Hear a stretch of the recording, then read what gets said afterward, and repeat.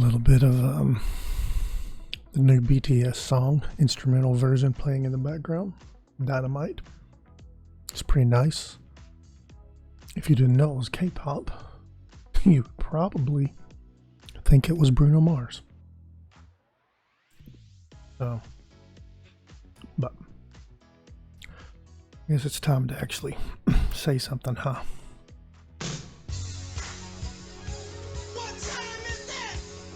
Yeah, okay, brilliant. All right, so podcast, welcome. Hello world, if you would. This is the Terabytes, the podcast series from Terabyte Foundry. My name is Sean. I am the primary contributor to this lovely group of IT professionals, I think is the term we're going to use to refer to ourselves currently. We'll see where it goes. We'll see if it gets any bites. No pun intended. Maybe a little bit intended, but still. You will find out as we go through that I am a goofy, sarcastic bastard. Is what it is, right? I am who I am, to bastardize Popeye. So, today on Terabytes, we are going to talk about, for our first topic, the difference between a consultant and an assessor or auditor. This is something that I think that a lot of people, based on my industry, just so everybody knows, my day job is IT security. I murdered that. IT security consultant, but I also function as an assessor. So we're going to talk about the difference between the two. See what the difference is, if there is one. Some people would debate with me that there is no difference. You know, we'll see where that gets us, right?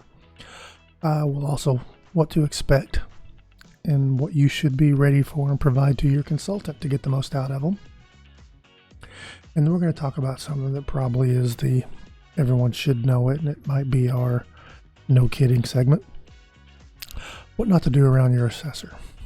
So let's see what we got for the next piece, shall we? So first up, what are the main differences? So let's talk about consultants. Consultant is someone with a particular type of expertise, industry expertise, knowledge in an area. Medical consultants clearly know something about the medical field. IT consultants, business consultants, they should know enough in their area to help you out. Now, that doesn't mean they know your environment, your architecture, your systems.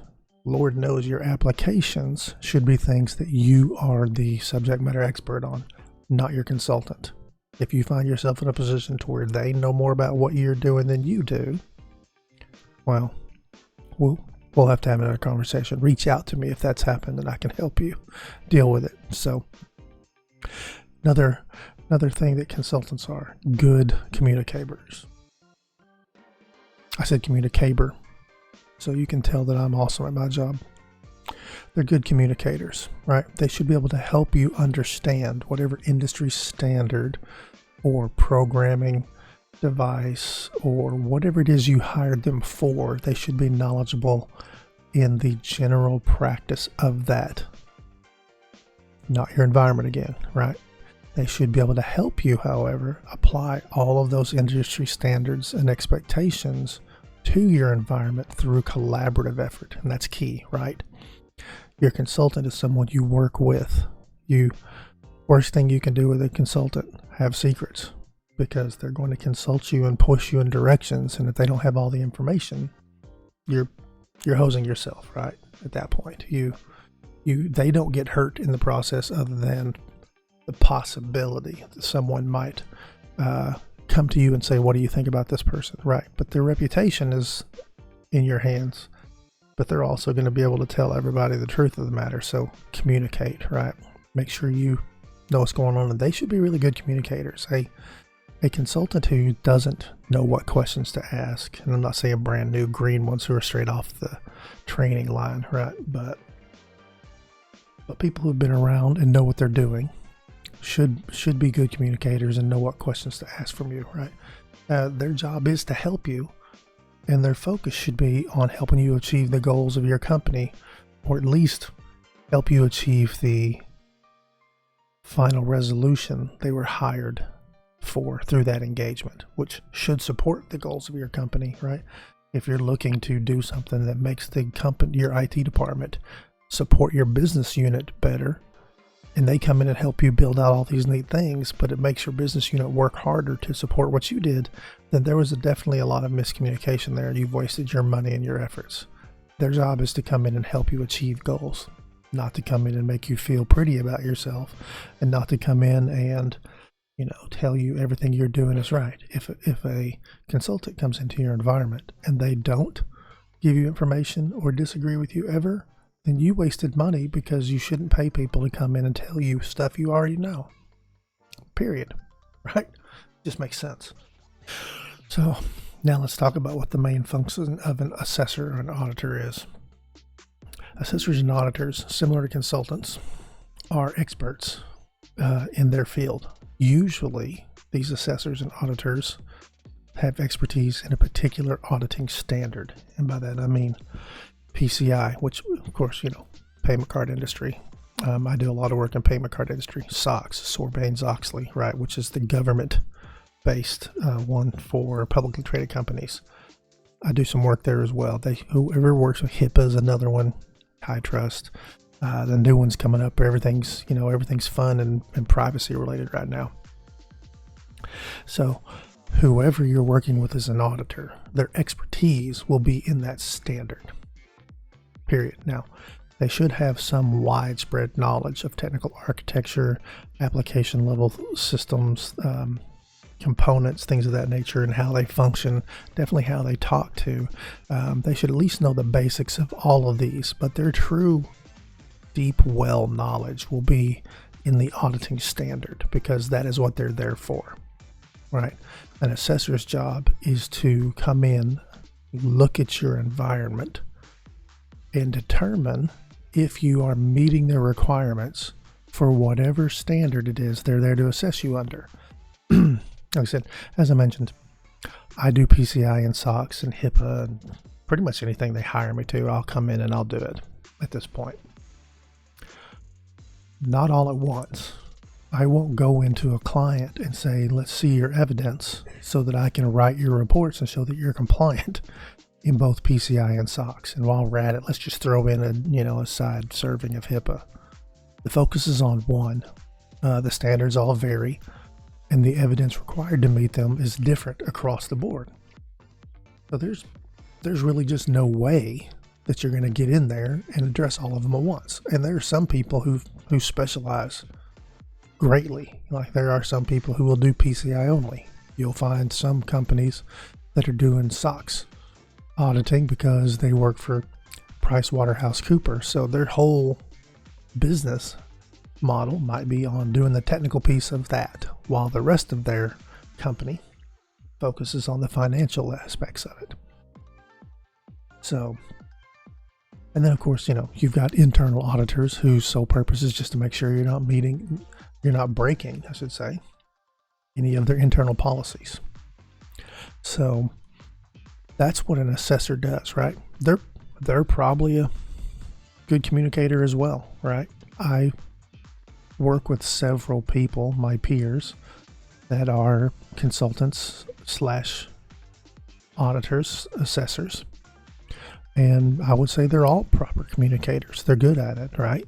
Now, the role between the assessor and the auditor when talking with clients is the ability to communicate the standards they're auditing you to and what those are and what the requirements are that you have to provide them to show compliance to that.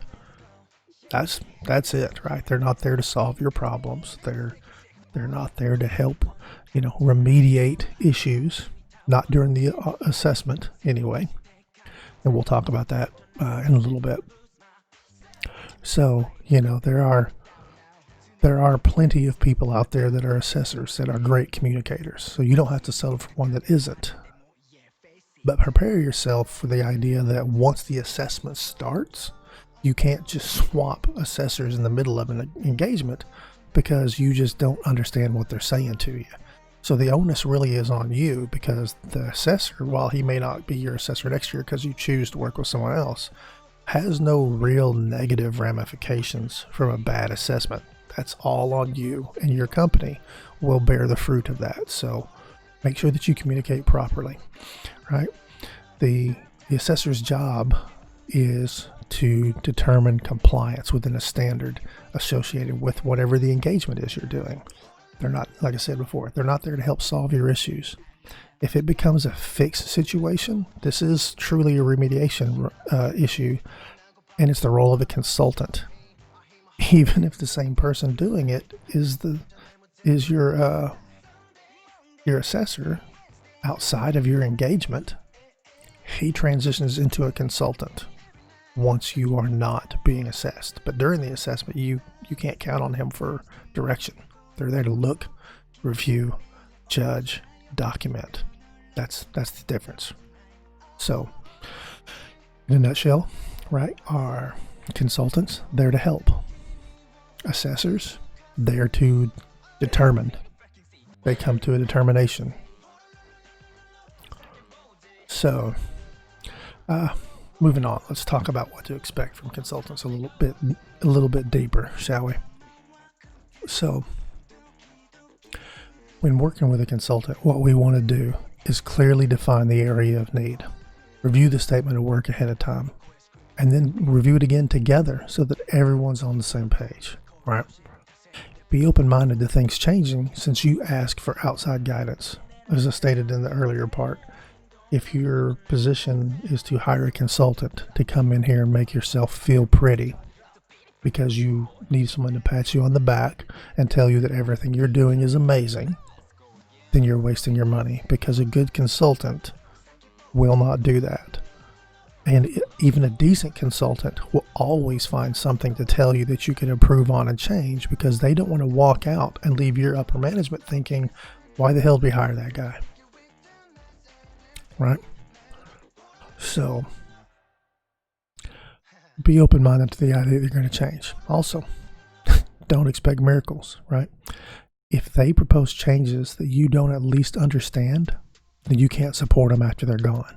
So, the idea that they come in with some wide sweeping miracle, oh my God, I never thought of that. You're so amazing. Let's do this. No. They're going to work with you in areas, and they'll explain some things that you've not thought of before, but it's not going to be just super awesome unicorns, right? They're going to help you understand changes that'll probably be small and direct you in areas for continued growth, period. Expecting otherwise is just silly, because again, you wouldn't be able to support it after they were gone, and the cost and the architecture changes would be most likely unsustainable across your entire environment. So that's the thing for the short and skinny. Now, managing the assessor. Let's talk about that. Your assessor will, for the most part, unless you've got history, will be friendly. But even if you're friends with each other and you know each other outside the office, remember, your assessor is not your friend. Period. And the reason I say that is when you're engaged in an assessment and they're digging through your underwear drawer, so to speak, for evidence that you're doing stuff that you shouldn't, they're there to confirm that you're doing everything you're supposed to. And none of them, friend or not, likes you enough that they're going to put their career in jeopardy to document it that you're doing things you're not. So if they find something they shouldn't, they're going to report it and document it to use against you. Now, that goes down to the area of where we're at. Most assessors don't come into your environment with the attitude of, I need to run down every rabbit hole because I think you're hiding something from me. They're not. We operate under the concept of, basic trust and goodwill. But it's also real obvious early on when you find people that are hiding stuff from you, right? System names that are a little bit off, IP addresses that don't match up with the network segment they're supposed to. Things of that nature, right? And to be fair, it takes more effort to fake this than it does to just do it right to begin with. With that, how do you minimize risk of opening yourself up to an assessor? By asking them, inadvertently, to go dig through the rabbit holes and run down the path to see all the things that might be problematic for you. 1, don't share needlessly. If you want to chit chat, you want to have conversations while they're doing things and while you're out and about, make it not about the company. How's the weather? Hey, what sports do you like? Do you play Dungeons and Dragons? Because I do. Are you a fellow nerd? Whatever. But not something about your environment. Okay? So don't share needlessly. Also, don't ask hypotheticals. Right? Hey, Sean, hypothetically speaking, if we had our environment doing this, this, and this, would that be bad? Yeah, that'd be terrible. And just to be on the safe side, now we're going to go confirm you're not doing that because you were worried that it was bad. And if I'd have said, no, that's no problem, you would have said, okay, good, we're doing it. Well, I don't trust you at that point. So we're going to go look and make sure.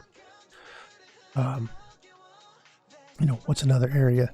Don't make jokes about how Joe from accounting keeps his password written on a piece of paper and has admin rights because he keeps making mistakes and you're tired of supporting him. Guess what? That's not going to be funny. The assessor is now wanting to go see Joe, talk to him and say, Joe, let me see something. Right click and run something as an administrator. Okay, you can do that. So you have at least local admin rights. Now do it on a network device. Okay, thank you. That's what I needed to know, Joe. By the way, where's that piece of paper you write your password at, Joe? Oh, right here, man. Okay, thanks, Joe, for confirming that they were joking, but not really. Right? Don't do these. So, again, protect yourself. Be mindful. I'm not saying you have to be secretive, and you definitely don't want to hide things from them, but you don't want to open yourself up to risk of finding something out at the same time as the assessor does, right? Your environment should be something you know. So, if you have a hypothetical question, Google it before they show up. When you're just chatting over lunch because you all went to lunch together, talk about the weather, talk about sports, talk about video games, talk about the food of the place you're eating for lunch, talk about whatever you want. Do not talk about your work environment. Period. They're humans. They do these things. They have sports they like. They have games they like. They enjoy food, right? You have plenty of things to talk about outside of the formal assessment period that is not just running down rabbit holes. So, also with assessments, remember that the auditor that's working with you is doing their job. It's their function. Their job is to make sure that it's there. If they find you've done something that leaves you out of compliance, well, okay, fix it. And then bring them back to confirm that it's done. Most of the time, depending on the strategy and the auditing standard that's being handled by that company, if you have a break in your compliance, you don't have to do a full compliance. You can go into remediation mode where you tell them, we're going to fix this and we'll provide proof. Fix it, provide proof it's been corrected, and then move on with the assessment. It's not that big of a deal, right? But don't take it personal, and don't be rude, and don't be fightful and combative. Period. Because remember, when it comes to the assessment, their opinion of what they see is the authoritative one on compliance matters. Period. You can complain all you want, and if after the assessment, when you get your non-compliant report, you can gladly request a new assessor, but you can't come in and say, this guy's a butthole, I don't like working with him, let's switch assessors in the middle of assessment. No company worth their salt would agree to that. If anything, they'll force you to take him and start digging deeper as to what he found that had you so scared. So that is basically how you manage the assessor. Quick recap, right? They're going to be friendly, but they're not your friends. Don't share needlessly with them. Don't ask hypotheticals. Don't tell jokes during the assessment or any period during the assessment window that are based around the idea of someone that works for you or someone in your environment that impacts your security doing things in a non-compliant manner. It's an inappropriate joke, and it will not be received well by an assessor, right?